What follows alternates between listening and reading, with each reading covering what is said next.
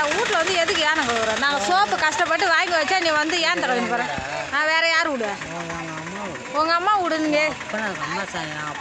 உன் அப்பன் சம்பாரிச்சா வாழை எடுத்து நாங்கள் தானே இங்கே பாருங்க ஃப்ரெண்ட்ஸ், இது வீட்டில் ஏனவே கழுவ மாட்டுது. இங்கே வந்து எங்கள் வீட்டு சோப்பெல்லாம் காலி பண்ணி ஏன்ட்ட கழுவின்னு போகுது. இது பெரியாள். இது வந்து ஜமீன் போட்ட கேள்வி. இது நாங்கள் எம்மா காசு ஒரு 10 லட்ச ரூபா கொடுத்துருப்பேன் அந்த வீடு கட்ட.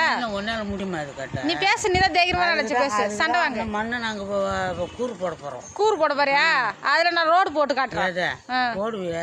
இல்லை போட மாட்டேன். சொன்னா சேர்ந்து காட்டணும். வேற யார் சம்பாதிக்குது சொல்லலாம். என் அப்பன் கடன் வாங்கினா, என் தம்பி கடன் வாங்கினா, ஒரு கல் எடுத்து கொடுத்துருப்பியா ஃபர்ஸ்ட்? இல்லை நீ தான் அந்த மண் எடுத்து ஒரு பாண்டு தூக்கி கொடுத்துருப்பியா? எல்லாம் கொடுத்து நீ தான் கொடுத்த. இப்போ இதில் ரெக்கார்டு தானே எடுக்கிறேன். ரெக்கார்டு எடுத்து இன்னைக்கு ஒன்றா நான் வைரல் ஆகலாம் யாரும் தெரிஞ்சு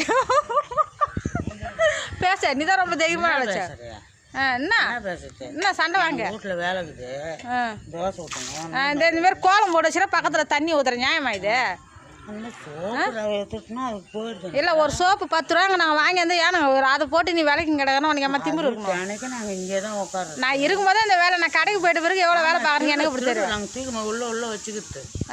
ஆமாம், திருட்டு குட்டி தானே நீ? குட்டி தான். நாங்கள் யார் வீட்டு என்ன இருக்குது? ஓகே ஃப்ரெண்ட்ஸ், பாய்.